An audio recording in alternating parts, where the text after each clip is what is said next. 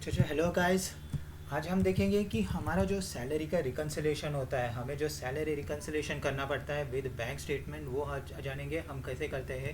जैसे कि अगर हमारे पास सैलरी रजिस्टर है जिसमें यहाँ पर नेट पेड सैलरीज दिखेंगे, और हमारे पास बैंक स्टेटमेंट है जो बैंक से पे हो चुका है सैलरी, जिसके अंदर बैंक सैलरी भी हो सकता है, नॉन सैलरी भी हो सकती है, जैसे कि वेंडर्स के पेमेंट। ये अगर हमें रिकन्सिलेशन करने, टैग करने हैं for internal audit purpose, statutory audit purpose, या फिर कोई भी कंप्लायंस चेक पर्पस, तो हम कैसे बना सकते हैं ताकि एक प्रॉपर रिकन्सिलेशन बन पाए। तो चलो, आज हम देखेंगे कि ये कैसे किया जाता है विदाउट एनी सॉफ्टवेयर। क्योंकि मोस्ट ऑफ द केसेस में क्या होता है कि आपके पास ईआरपी होती है, सॉफ्टवेयर होती है, जो एक एक सैलरी जो एम्प्लॉयज़ की पेमेंट होती है वो टैग किया जाता है जब बैंक स्टेटमेंट से, तो एग्जैक्ट हमें मालूम पड़ता है कि कौन सा सैलरी पे हो चुका है, कौन सा सैलरी पे नहीं हो चुका है। लेकिन बहुत बार ये हमें ऐसा कंट्रोल चेक करना पड़ता है कि जो सिस्टम चल रहा है वो करेक्ट चल रहा है कि नहीं, कोई उस पर लूप होल्स है ही नहीं। मतलब एक रॉ डेटा या फिर स्क्रैच डेटा से हमें इंश्योर करना पड़ता है कि जो सैलरी पेएबल अमाउंट आ रहा है 31 मार्च या फिर कोई भी एक डेट को, वो एग्जैक्टली उसका बैलेंस करेक्ट है कि नहीं एज पर सैलरी रजिस्टर। अभी जैसे कि यहाँ पर मेरे पास यहाँ पर सैलरी पेबल दिख रहा है एज पर बुक्स 2,38,500, तो वो मेरा करेक्ट सैलरी पेबल है कि नहीं, जो कि पे नहीं हुआ है। तो ऐसे एम्प्लॉय वाइज लिस्टिंग बनाने के लिए ज़रूरत पड़ती है for income tax and audit purpose, for statutory audit purpose. तो चलो, ये हम देखते हैं अभी कैसे बनाते हैं। इसमें आपकी इसमें आपको कोई सॉफ्टवेयर या एक्सटर्नल सॉफ्टवेयर की ज़रूरत नहीं पड़ेगी। ये सिंपल आप दो डॉक्यूमेंट्स के बेसिस पे कर सकते हो, salary register and bank statement. इससे आप कंट्रोल चेक रख सकते हो कि जो सैलरी पे हुआ है बैंक से और एज पर सैलरी रजिस्टर ही है ना, और जो salary payable as on closing of the year या फिर क्लोजिंग ऑफ द पीरियड दिख रहा है वो करेक्ट है कि नहीं, उसका एम्प्लॉय वाइज लिस्टिंग है कि नहीं।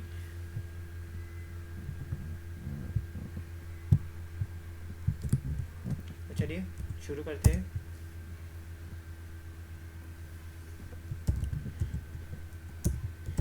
इसके लिए आपको दो चीज़ें लगेगी। सबसे पहला सैलरी रजिस्टर, जिसमें आपको एम्प्लॉय आईडी होना चाहिए।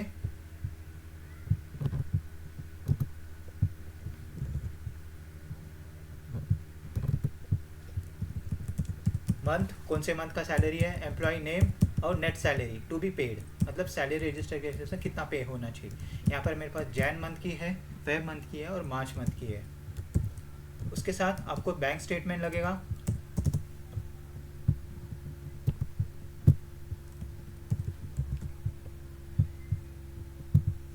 जिसमें आपको date of payment bank statement से मिल जाएगा, सैलरी नरिशन, पर्टिकुलर्स में आपको सैलरी का पेमेंट भी दिख सकता है, नॉन सैलरी पेमेंट भी दिख सकता है, जैसे कि हमने वेंडर्स को पे किया रहेगा, और एनी अदर पेमेंट और रिसिप्ट। इसमें मैंने सिर्फ पेमेंट ही लिया हुआ है फॉर सिंप्लिसिटी पर्पस, और जो बैंक से पे हुआ है ये हो सकता है सैलरी का भी और नॉन सैलरी का भी। ये आपको अकाउंट्स की टीम से मिल जाएगा और ये आपको एचआर के डिपार्टमेंट से मिल जाएगा। तो चलिए शुरू करते हैं। सबसे पहला मैं यहाँ पर एक कॉलम ऐड करता हूँ। मैं इसका काउंट देखूंगा, count of occurrence, count it's. आपको फॉर्मूला पे ध्यान देना पड़ेगा।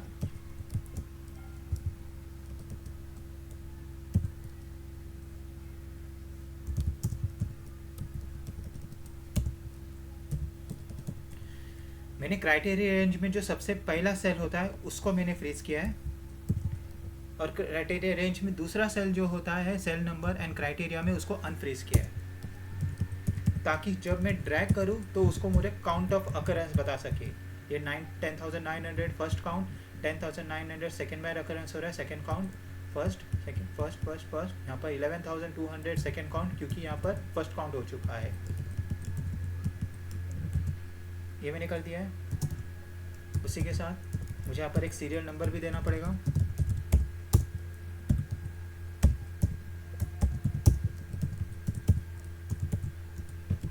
डी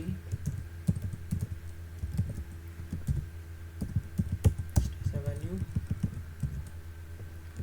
सेम काम मैं यहाँ पर भी करूँगा। बैंक स्टेटमेंट में भी सीरियल नंबर,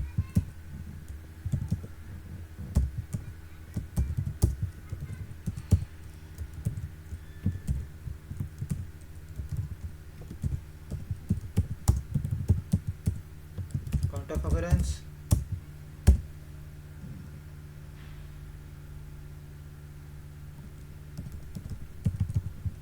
यहाँ पर मैं सिर्फ जो सैलरी का पेमेंट हुआ है उसका काउंट ऑफ अकरेंस देखना चाहता हूँ। तो इसके लिए यहाँ पर एक नया कॉलम बनाऊंगा, सैलरी अमाउंट। इसमें मैं सिर्फ सैलरी का लूँगा,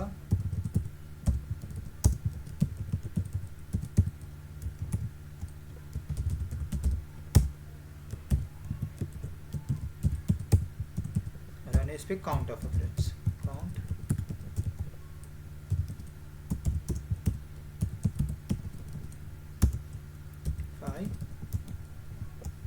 F4। सेम सैलरी रजिस्टर जैसा ही फर्स्ट सेल को जो है क्राइटेरिया रेंज में उसको फ्रीज किया है, दूसरे सेल को एज इट इज रखा है ताकि जब मैं ड्रैग करूँ तो करेक्ट अकरेंस दे मुझे। कंट्रोल डी, और यहाँ पर सिर्फ सैलरी लूँ, 1 2 10,800 फर्स्ट काउंट, 10,200 सेकेंड काउंट, यहाँ पर 10,300 सेकेंड काउंट, 10,200 10,300 फर्स्ट काउंट मैंने कर दिया।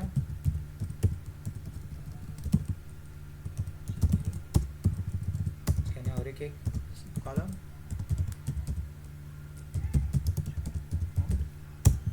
इसमें मैं क्या करूँगा, दोनों को कॉन्केटिनेट करूँगा, दिस एंड दिस। याद रखिए प्लस नहीं करना है, एंड करना है। यहाँ पर एंड किया हुआ है, सेम फंक्शन मैं यहाँ पर भी करूँगा।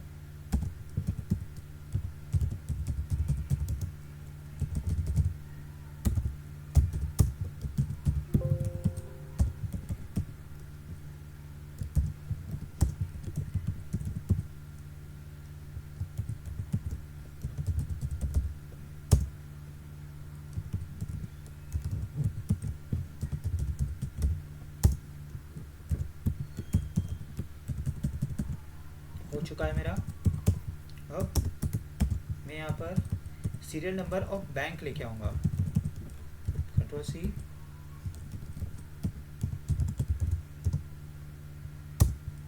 अभी इसमें मैं क्या करूँगा, इंडेक्स फंक्शन, बैंक का सीरियल नंबर मुझे इस कॉलम में मिलेगा, कॉलम ई, मैच में लुकअप वैल्यू इसको लूँगा, मैं सर्च करूँगा मर्जर वाले कॉलम में, सेम एग्जैक्ट मैच, मुझे उसका बैंक का सीरियल नंबर मिल गया 5th। मैं इसी को बाद में ड्रैग करूँगा,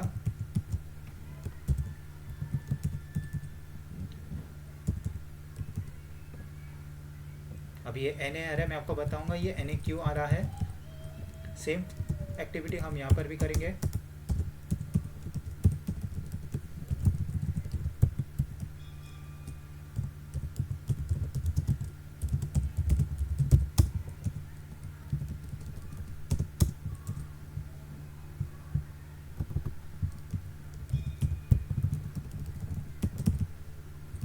जो सैलरी पेमेंट है उसको मैं मैप करूँगा index,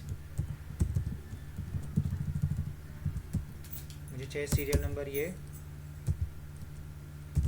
match lookup value this one, lookup array, exact match, column index 1,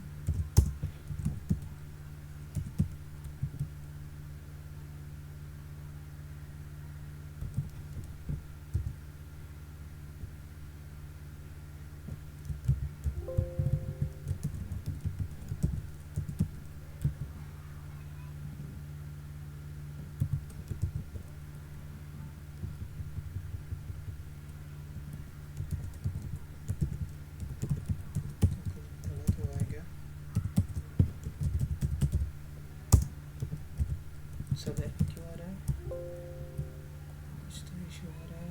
match, sorry मैंने रेंज करेक्ट नहीं दिया है, लुकअप रेंज करेक्ट लेता हूँ, मेरा लुकअप रेंज है H, ये वाला अभी आया।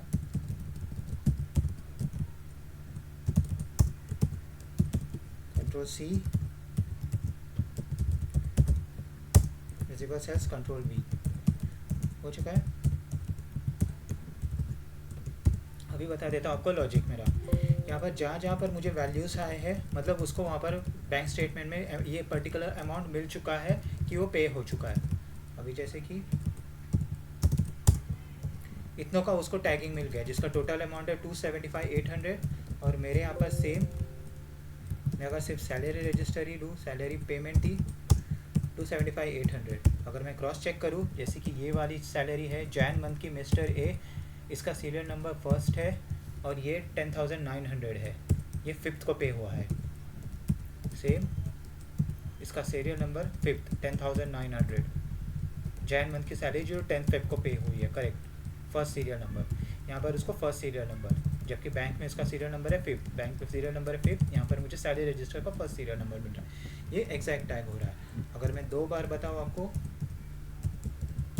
यहाँ पर 10,800 लेता हूँ,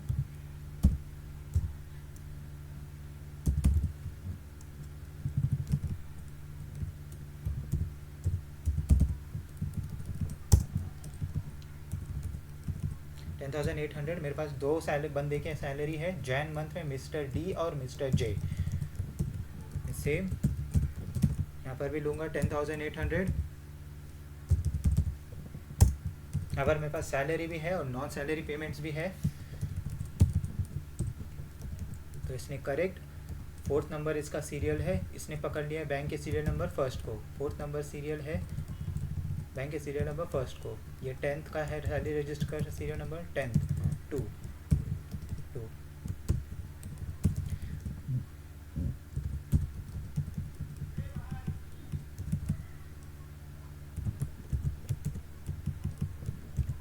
अभी अगर जो NAR है, अगर वो मैं दिखाऊँ आपको, ये मुझे बैंक स्टेटमेंट में मिले ही नहीं। अभी जैसे कि 10,900 है, मैं अगर बैंक स्टेटमेंट में मारूँ 10,900,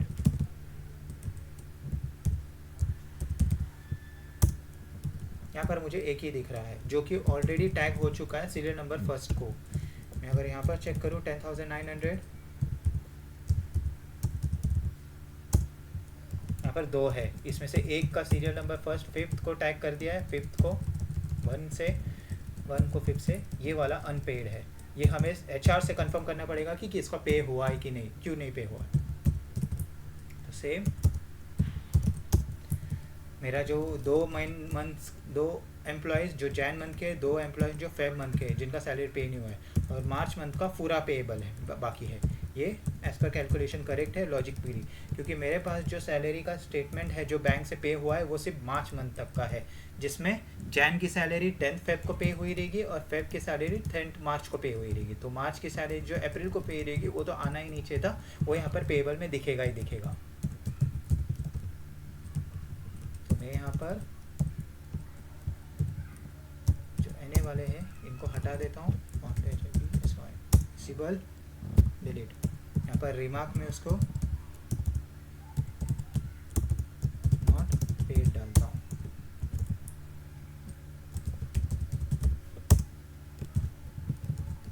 और जिस किसी पे भी मुझे टैगिंग आ रही है ये पेड डालूँगा।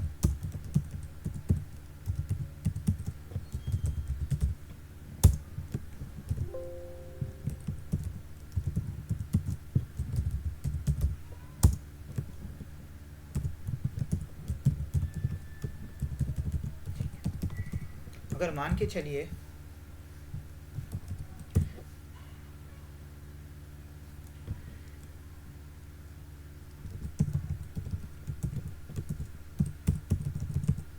अगर ये जो कि 10,800 है, यहाँ पर इसका बैंक से टैग हो चुका है फर्स्ट वाला, अगर मैं इसको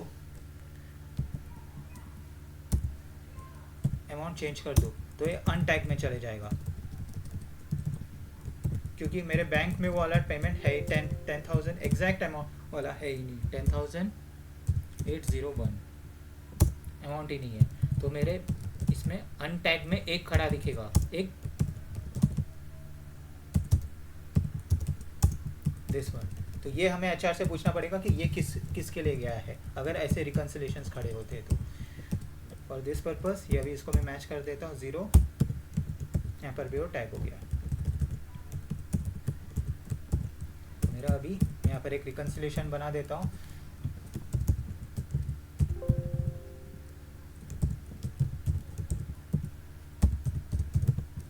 gross salary as per salary register,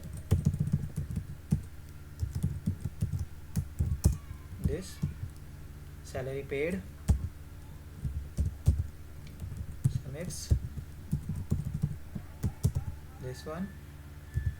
criteria range में मैं इसे पकड़ता हूँ। जो टैग हो चुके हैं जहाँ पर सीरियल नंबर्स आ रहे हैं मतलब वो सैलरी के पेमेंट है, तो इसके लिए मैं कंडीशन रखता हूँ नॉट ब्लैंक।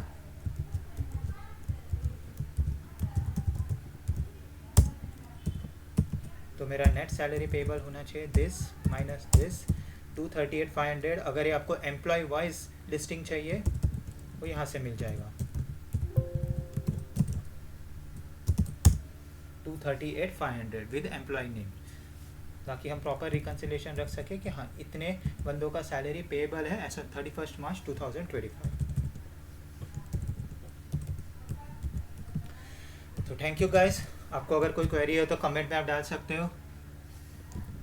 आप इसे फॉरवर्ड कर सकते हैं ये वीडियो को ज़्यादा से ज़्यादा अपने फ्रेंड्स के पास। Thank you guys.